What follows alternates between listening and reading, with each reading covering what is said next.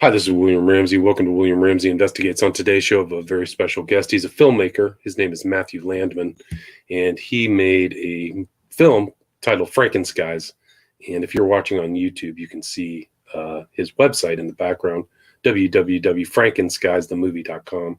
And it is about really geoengineering and the whole process. And he does an excellent job of going really back to the beginnings of when this whole kind of technology really began after actually before World War II in some ways.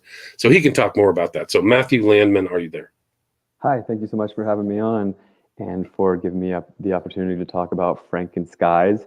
It's a weather modification geoengineering documentary. It goes through the chronological timeline of the whole process, how the military-industrial complex sharpened their tools that they now have today. Began in 1915 with Hatfield making it rain in San Diego. The film begins in 1920s with stock footage from the military complex. I mean, just putting their foot in their own mouth, basically, until we get to when I filmed the footage I got was from 2015. But yeah, thank you again. Yeah, no, great. I mean, maybe that's how you can start. We'll talk about your past, what led you to become a filmmaker, and then choose this. Why did you choose this subject? Well, I always wanted to get into making films because I thought it was a great way of expressing artistically, and you can get to different people that way and whatnot. I never thought it was going to be activism.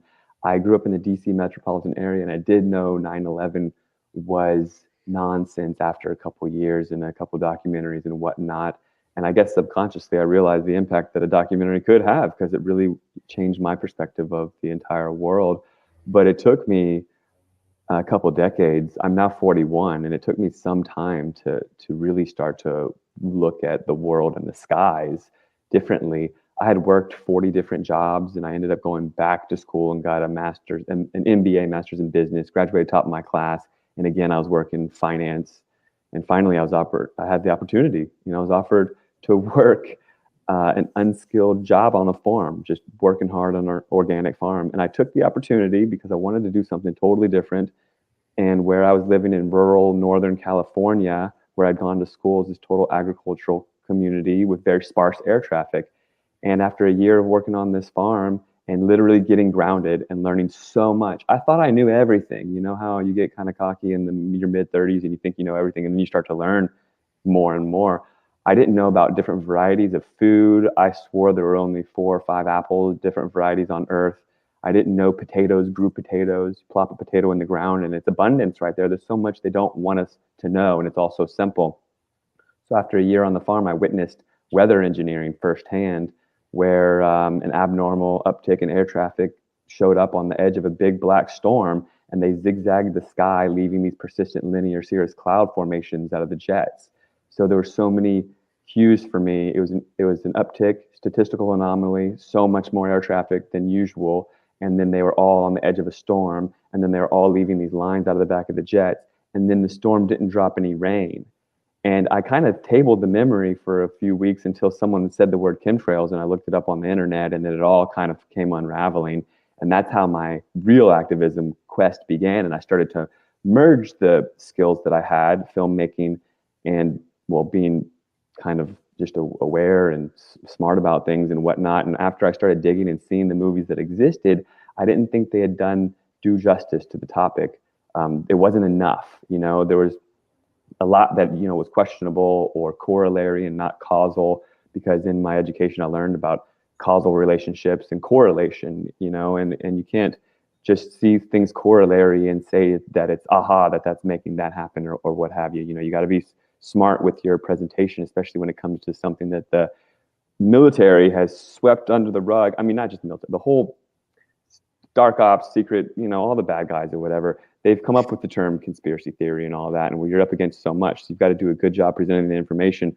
So once I realized that I had to try to do it justice because no one was doing a good job, I decided to make Frankenskies and get the activism together with conferences. And it really unraveled from there when I started trying to figure out who's who in the activism community and what could be done. I started having conferences to get all the faces together. And then Bill Gates was trying to dim the sun, down in Tucson, Arizona. So I moved to Arizona, had a big conference down there, and put that whole experiment on hiatus. And it's now moved to Sweden. And it's just one day at a time with trusting, my journey as an activist. And it's even evolved into having this EMF protective clothing line that I also have. And now I'm working on Frankenskies too. And it just keeps on going. So thanks When again. when would you say that you really became an activist in this field, in this area?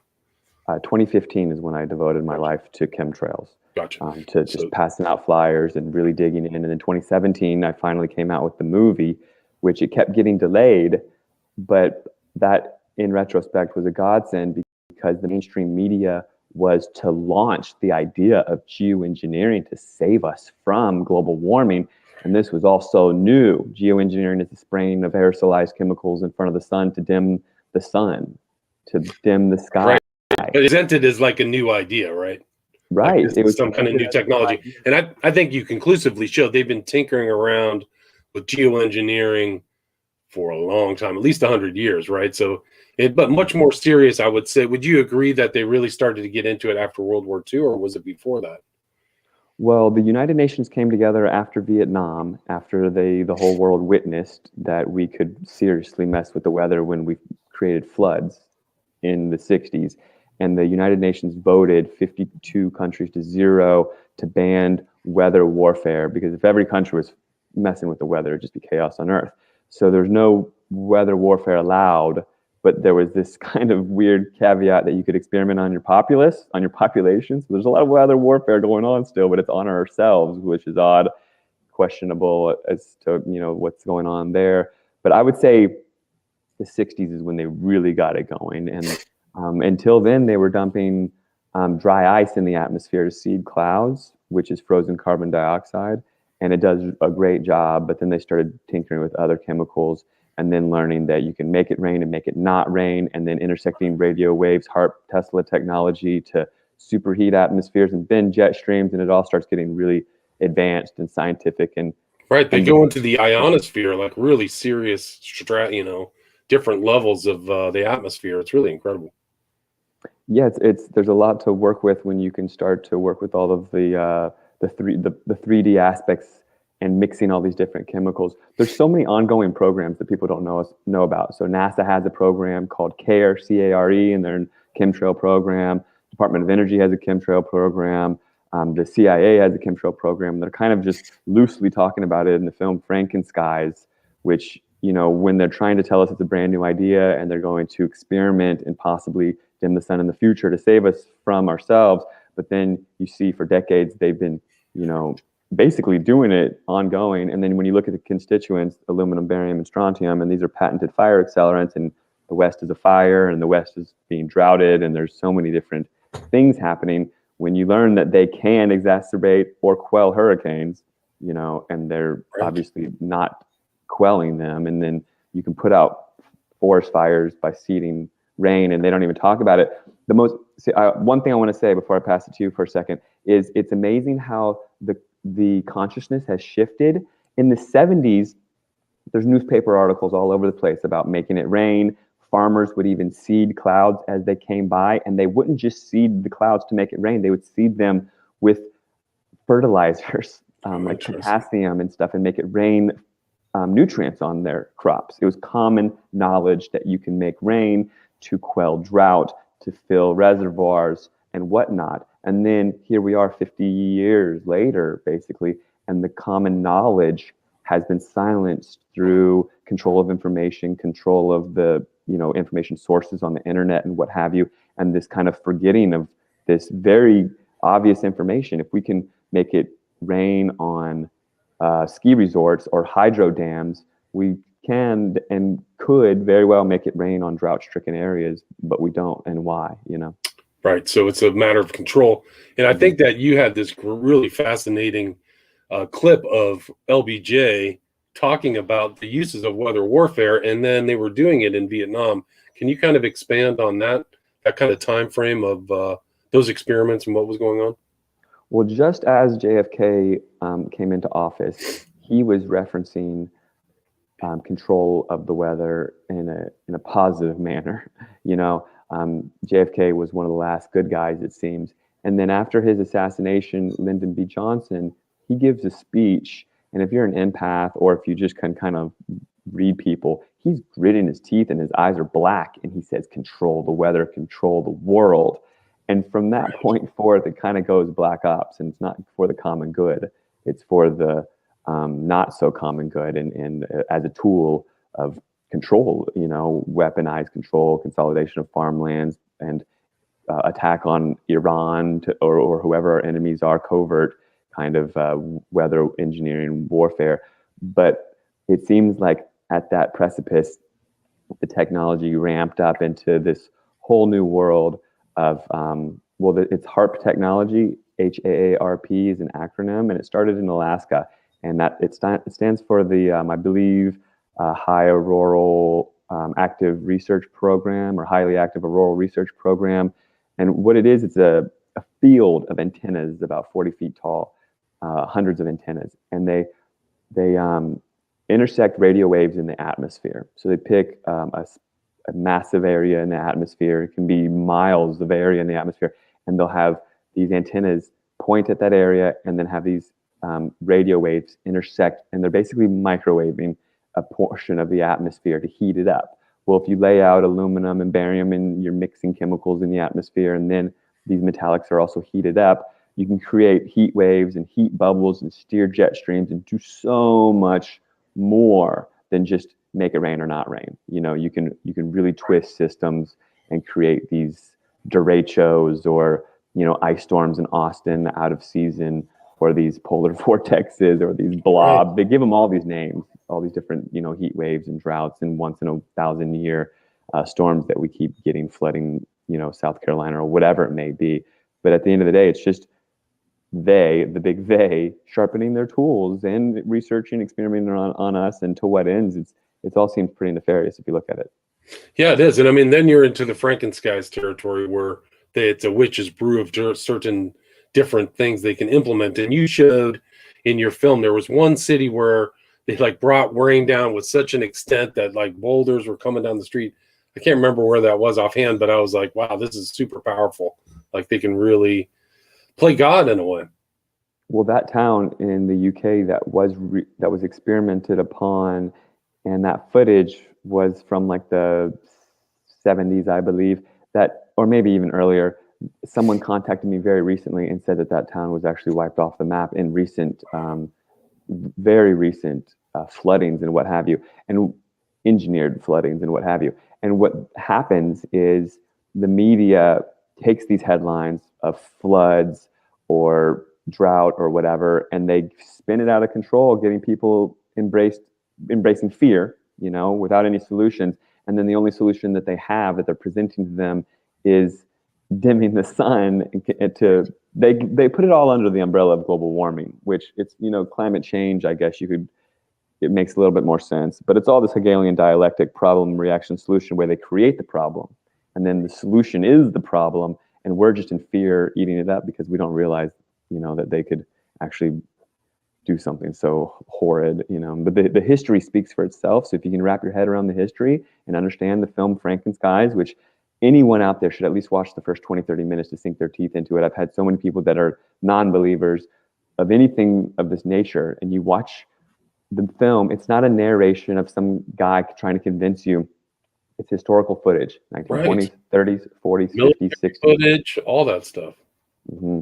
Yeah. And once you get to modern day, and they've turned it to this normalizing of the dimming of our skies, but not telling us the tools that they have, it becomes very obvious that something, I keep saying the word nefarious, but the truth is being hidden, Sinister, yeah, it's very sinister. Yeah, and it is sinister. I mean, what's the whole argument between contrails and chemtrails? Can you tell the listeners what the difference is and why some of these lines are definitely not contrails? So the contrail chemtrail story, that's a really fascinating one. And to fully wrap your head around it, to understand what controlled opposition is and controlling the narrative, and basically it goes all the way back to the Black Panthers. The U.S., the CIA, the FBI, they were pretty afraid that the Black Panthers might get some traction in the African American community, so that they were infiltrated and they were kind of taken over by the government. Since then, a lot of activism in different spaces, including just vernacular or all of this ridicule psychology through different media conglomerates and whatnot. The control mechanisms have gotten so diverse, it's pretty confusing for the normal person to understand how deep it goes, and that even words like contrail and chemtrail are put into the vernacular to polarize things. And we live in this dualistic up, down, left, right polarity, dualistic world, where it's easy for us to then grab a hold of this and then create this controlled debate. These think tanks come together, create these words like conspiracy theorist. That was a word created after JFK was assassinated, and it's been propagated by the control mechanisms to divide the public. It's very, very smart. So to wrap your head around it, first I was out in the world trying to explain and convince people the difference between chemtrails and contrails. The real truth that I slowly unraveled is the contrail is actually a con in and of itself. So the story that the mainstream or the CIA or the geoengineers or the boogie guys, bad guys, the they, some people don't like that word they because it's a big word and it's been demonized and it makes you seem like a conspiracy theorist. But either way, the they want us to argue over a contrail is the short trail.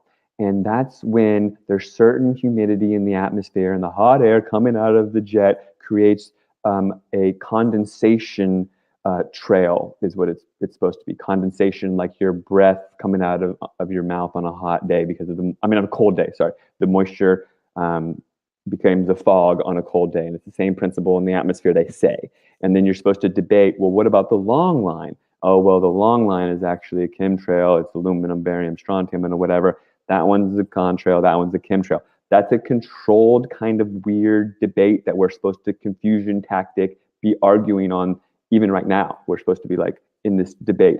The real truth is in 1964, Rolls-Royce started creating these high bypass turbofan jet engines. They're very efficient jet engines. They're 2 tons, titanium and steel. And if you know your conspiracy theories, they smashed into the Pentagon but left no marks and disappeared and didn't even break the glass, which is very questionable. So these titanium and steel turbofan jet engines, they don't emit hot air. They're just big fans, okay? It's like a propeller on a plane. It's pushing the air, all right? If you know much about aerodynamics, the air is still just fluid and they're just trying to push the air over the wings to create lift, and there's no hot air blasting out. When you walk by an engine that's on, it's not hot. And when you go through a flock of birds and they go through these turbofans and they get all chopped up in there, because my dad was a pilot, mind you, the birds don't come out singed. The feathers aren't singed at the end. There's no hot air, okay? Period. The end. Maybe on a super jet coming off of an aircraft carrier at war or something, those jet engines emit hot air, yes, because they're different. Okay, but when we're sitting around watching passenger jets and whatever go by, and we're like, oh, that plane has nothing coming out of the back. That's normal, the end. Okay, so this controlled debate of the contrail, chemtrail, it's kind of a controlled division tactic, and it's not really real. So the short trail, the medium trail, and the long trail, as I like to call them, are all different chemicals. So the short trails are usually primer planes. They prime the sky for different chemicals. It's just when it unravels into the haze, you can't see it as much. I believe it's barium. So you're mixing chemicals in the sky as a laboratory. It's a NASA quote, and they're charged differently, so they attract to each other. It's generally barium, aluminum, and strontium, and each one looks a little different when it's sprayed out of generally drones nowadays. There's patents going back all the way to the 70s, barium release rocket drones from NASA and what have you. And so that's really the answer on that one, that there's different chemicals being sprayed to modify the weather or to slowly mess with the sky so that they can eventually say, oh, yeah, we've been geoengineering to save you, you're welcome. But if you know anything about greenhouse effect, if you add a layer of aluminum, that might totally backfire, and it might create crazy greenhouse effects and heat, like a microwave, because how's the light that get in going to get out if there's aluminum layer? It doesn't make sense. And I think they're trying to create a dystopia where the heating actually does happen. And they say, oh, we've got to keep spraying. It's not working. And it's just, we can't give our power away to these control mechanisms that are just a very, very minimal amount of the overall percentage of the people. This is a very small group trying to control all of us with lies. And if you know about the consolidation of the media, there's only 5 companies that own almost all of the media, and they all talk to each other and create these dialogues together to have us divided over topics, where we're not even having the right arguments or conversations to begin with. It's not truth versus falsehoods. There's 2 falsehoods that we're bickering over or whatever. It doesn't make sense sometimes. Yeah. No, it does make sense. And it's like that in a lot of different environments, not just maybe something about the skies. There's infiltration in UFO community. There's infiltration all over the place. So,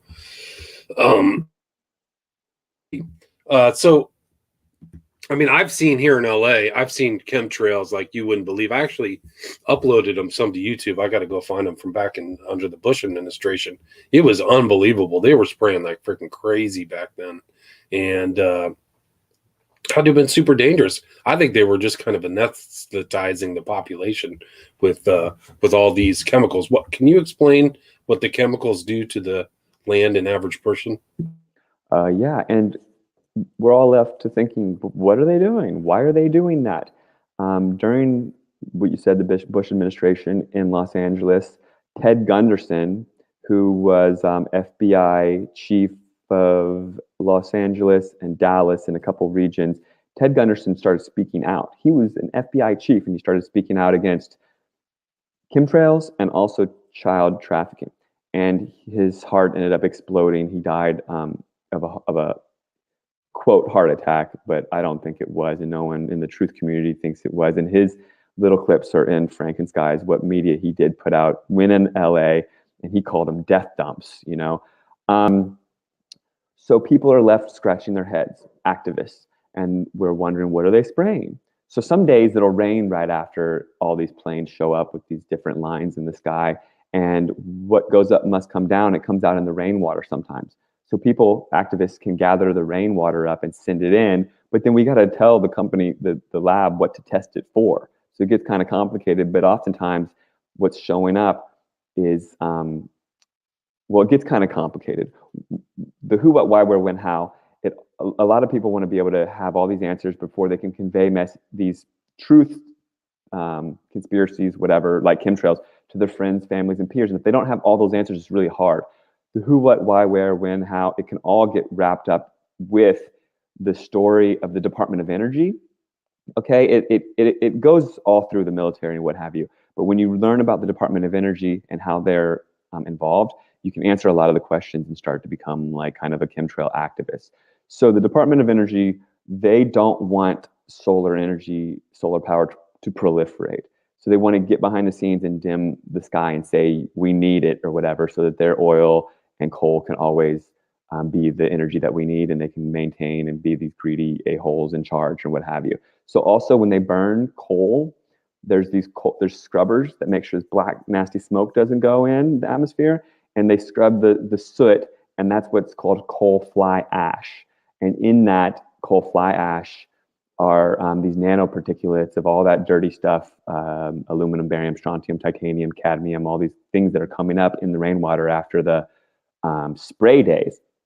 So people are wondering, where are they getting it from? Well, there's actually from these power plants that burn the coal, there's railroads that go directly to Air Force bases, and people are coming to my conferences with all of this follow the money research and all of this information about how what's being sprayed in the sky is just the soot from basically the coal being burned, and some of it's being filtered and some of it's not, and you can pull out the different chemicals and then remix them in the atmosphere together. So instead of taking this toxic product that's not supposed to go in the sky and disposing of it, just kind of like fluoride, how they do that, they're putting it back into the environment for nefarious agenda, to basically get us sick and mess with the weather and all these other things. As these different constituents come to ground level, like aluminum, a lot of it's aluminum. So you can dissipate rain clouds with aluminum.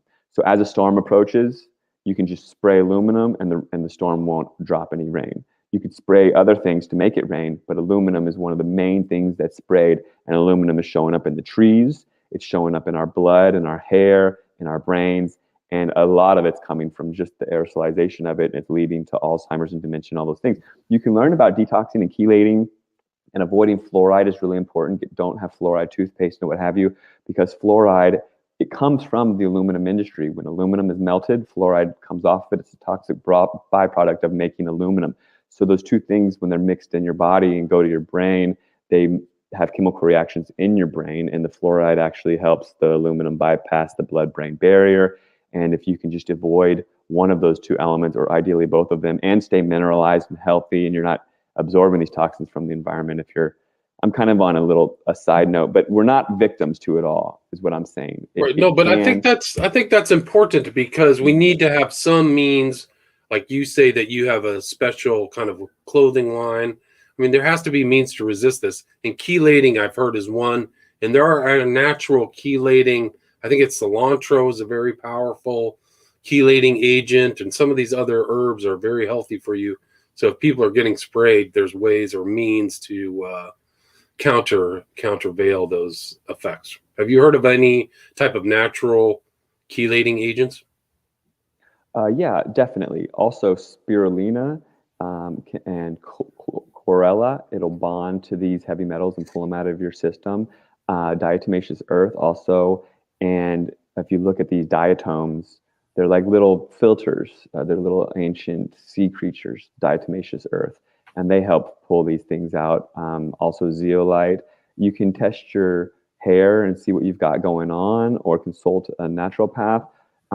But aside from that, it's really important to understand mineralization. There's such simple truths like acidity and alkaline diet that are kept from us.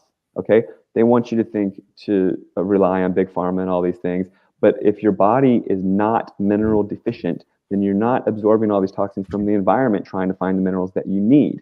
Okay, so this is a very empowering, simple example. So when we ingest 1 molecule of sugar, it takes our body 54 molecules of magnesium to process 1 molecule of sugar. So most of us are magnesium deficient. We don't even know it. Magnesium is needed for development of bones, and it's actually a very critical mineral that our body needs. So we can get magnesium from leafy greens. You know, if you just have a nice, healthy diet of salads and maybe wheatgrass shot here and there, or whatever you can get your hands on organic, then it helps, because magnesium is the central atom in the chlorophyll molecule. So you get up to speed on your magnesium, topical magnesium baths, or any other diverse mineral supplement that are plant soluble, that are like water. Sometimes you can just go to the water store and they have water mineralizers that remineralize your water. You know, you get up to speed on your minerals, and then your body's not absorbing these toxins from the environment. So say you're out there in the world and they're spraying radioactive cadmium or something like that, which they did on the city of St. Louis in the 70s, and it's exposed in Frankenskies, and that's an amazing bit of the film. They're spraying radioactive cadmium, and most people out there are absorbing this into their bones because they're mineral deficient, and it's somewhat similar to magnesium. So your body's like, oh, is that magnesium? And it's pulling it in, and now you've got radioactive strontium chemtrails in your body absorbed into your bones. But if you weren't so mineral deficient, your body would be like, oh, look at all that out there. I don't need it. I'm up to speed on my minerals, and I'm a happy, healthy human being. You can learn about, there's other different ways of getting minerals, like shilajit is a mineral pitch that has all sorts of minerals in it. And also just eating healthy and understanding what GMO is. They try to muddy the waters to make it seem deep and confusing. But GMO, it's genetically modified organisms. But why are they modified? They're just simple DNA tweaks so that they can withstand being sprayed with poison, whether it's glyphosate or an herbicide or a pesticide or whatever. They're just tweaks so that they can withstand something that would otherwise kill it. You don't want that food that has the poison on it. Spend a little bit extra, or consult your farmer or whatever, get the healthier organic stuff, and you're not going to be depleting your body of these minerals by ingesting these toxins and these little simple things to curtail your life in a little bit. You know, you don't have to change everything, but you can learn about alkaline, learn about Dr. Sebi, S-E-B-I. He died to bring this truth to the people about alkaline diet and acidity and what have you. And if you understand these very simple things, you can take your power back. Gotcha. And so how do you perceive this whole Frankenskies in the context of kind of globalization and this rise in technology? Where do you think we are, the truth of where we are now, considering HARP and all these other kind of very powerful instruments and maybe a space force? Where do you consider we are now, and what will we be in the future? Well, HARP has now been it's been shrank down into these big. They look like big golf balls, and they're on aircraft carriers and hillsides, and they say they're to predict the weather, but they're actually to control the weather. And they're called Doppler and NEXRAD and whatnot. And those are ionosphere heaters. And so HARP is now all over the place and mobilized and influencing us big time, and will continue to do so, even more so into the future. I mean, as the technology persists and we get more and more like 5G antennas everywhere and all of that becomes integrated, it'll be more in our face, and they'll be able to, for instance, elevate these aerosols easier with more antenna everywhere, because they want to rely on this like Internet of Things 5G network everywhere to microwave these particles and what have you. And then, kind of to answer your question, when we first had these lockdowns last year, they said, oh, everyone got locked in their homes. The climate was okay then, and global warming went down. We need to start doing climate change lockdowns. So that's like Frankenskies 2. I'm working on Frankenskies 2, the movie. Check out frankenskies2.com. That's where the dystopia starts to come in, where they're like, oh, well, what was weird was they stopped spraying chemtrails is really what happened. So on those days when the whole Western world got locked down last year, the skies ended up being blue, and people were telling me, look at these amazing cobalt blue skies and fluffy clouds, and there's no spraying anywhere.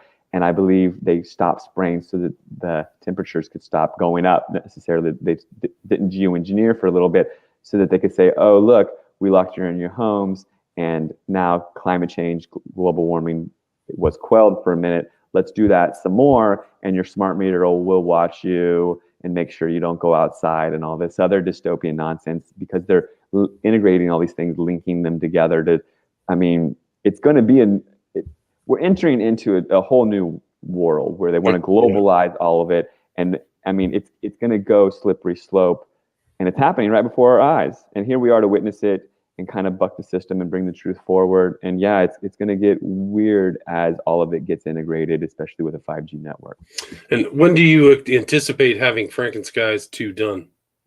That's a great question. The experiment that was to happen in Tucson, Arizona, that got pushed to Sweden, that now has Greta Thunberg as the controlled opposer of it, saying we need UN governance to globally do geoengineering. They want to launch next year in June in Kiruna, Sweden, a balloon with Harvard and Bill Gates and Sweden NASA, and spray chemtrails out of a balloon to see which aluminum variant works best to dim the sun. Wow. I'd like to be there to protest that and stop them. And ideally, there's some sort of ideally the movie comes out next year with us stopping at least that. I'd like to document some success in that, or the movie will document them launching geoengineering and us protesting it at home. But definitely the Sweden experiment has to be in the movie. You know what I mean? And so the movie is coming together, but it's all happening right before our eyes. And ideally, we can do something positive to have the movie show our success as a global community. But it can't come out until at least next June, is what I'm saying, because they're going to spray the skies and say, you're welcome, we're going to do this all at once. And either we stop them or we don't. But it's a very pivotal time for the conversation and for humanity. Right. I mean, if you can get video of that, that would just be incredible to be there with Thunberg and some Bill Gates Foundation placards or whatever. It really be something else. Anything Bill Gates is involved in, I mean, wow. And you have, like, you talk about the global community. You have kind of a side organization called Actual Activists. Can you talk about that in context of your geoengineering research? So actualactivists.com was when I first became an activist. I was told that I had to keep it to one subject to be a specialist, but truth is a frequency. And on that vibration of truth is all these other truths, and they're all encompassing. I mean, if you look at this holistic approach, even just aluminum crosses all these different actualactivists.com. Even just aluminum, if you look at it, it connects GMO, fluoride, health, all these things. So Actual Activist has these different tabs at the top. One of them's health, one of them's chemtrails, geoengineering, one of them's fluoride, one of them was a word that I'm not even going to, that word. This word, this word. And there's a lot of amazing truths there. And I'm going to have actually a TV Guide kind of podcast thing for all of the different truthers to show the community. There's different truth podcasts out in the world. But in terms of chemtrails, it's so important for people to see that all of these truths are related. So there's actually a daily truth blog on there where I have a daily, it's called a daily truth. And you can sign up for that notification, but it's all just truth, and it's all interwoven, and you can't just talk about one, because how am I going to talk about chemtrails and then leave people in fear and not talk about health and not talk about embracing health and chelation and not talk about cilantro and diet and all these things. And then I can't talk about the aluminum in chemtrails and then not mention the aluminum in these injections. I mean, as an adjuvant, aluminum is in all these things, you know. And if you learn about children and they develop a blood-brain barrier at the age of 18 months, no injection should be given to a child before the age of 18 months. You know, I mean, I would say never, but you learn these things. And the Tavistock Institute and matcha over coffee and the alkaline levels. I mean, the Bohemian Grove, they all come together to do these things. And even the shaken baby syndrome, that was a whole psychosis that was a lie because of SIDS, you know? And these things are all needed to be known to understand where we're at, who we are, how important the truth is. And you can't just, you know, ignore these certain things is how this holistic actualactivist.com came together. This is like the antidote to the corporate media. Exactly. And then the idea for Actual Activists is, you know, like, are you an activist? Are you just at home clicking like on Facebook? Or are you really sharing truth? You know, I want to empower people to get out in the world and actually do stuff and what have you. So this is going to evolve into kind of a micro funding of activism, also a social media thing, and then eventually a network of podcasts of truth and stuff, because we're all so spread out and there's no home base. And also, like, what do? You go on YouTube and type in geoengineering. It'll show you geostorm. It'll totally control your entire stream of information. We can't even walk around a bookstore anymore, it seems, to have free will of what we're going to look at and what have you.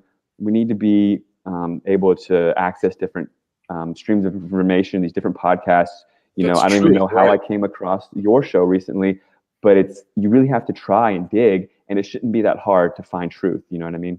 Yeah, totally agree. And that was the theme in your film too, is that her name was Kristen Megan. She said, stay away from some of these are purposeful disinformation trolls. So you got to really be careful out there about sources of information.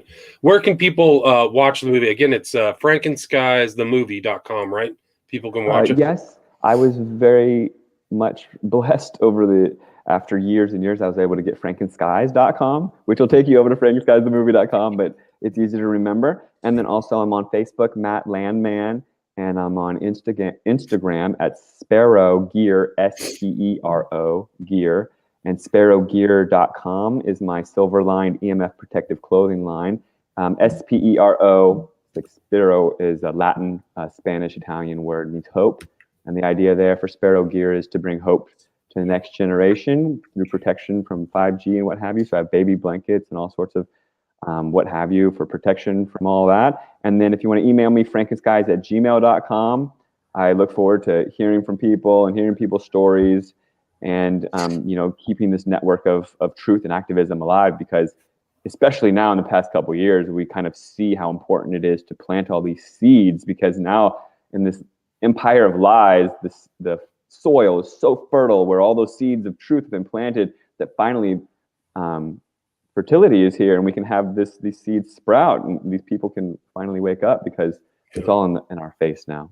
Yeah, and people have to really be careful, because you get the wrong person in charge with these kind of powerful weapons, and we're all in trouble. So I highly recommend people go check out Frankenskies, the movie. Again, his name is Matt Landman, and thanks so much for your time, Matt. Really appreciate it. Thank you very much. All right, take care. Stay there.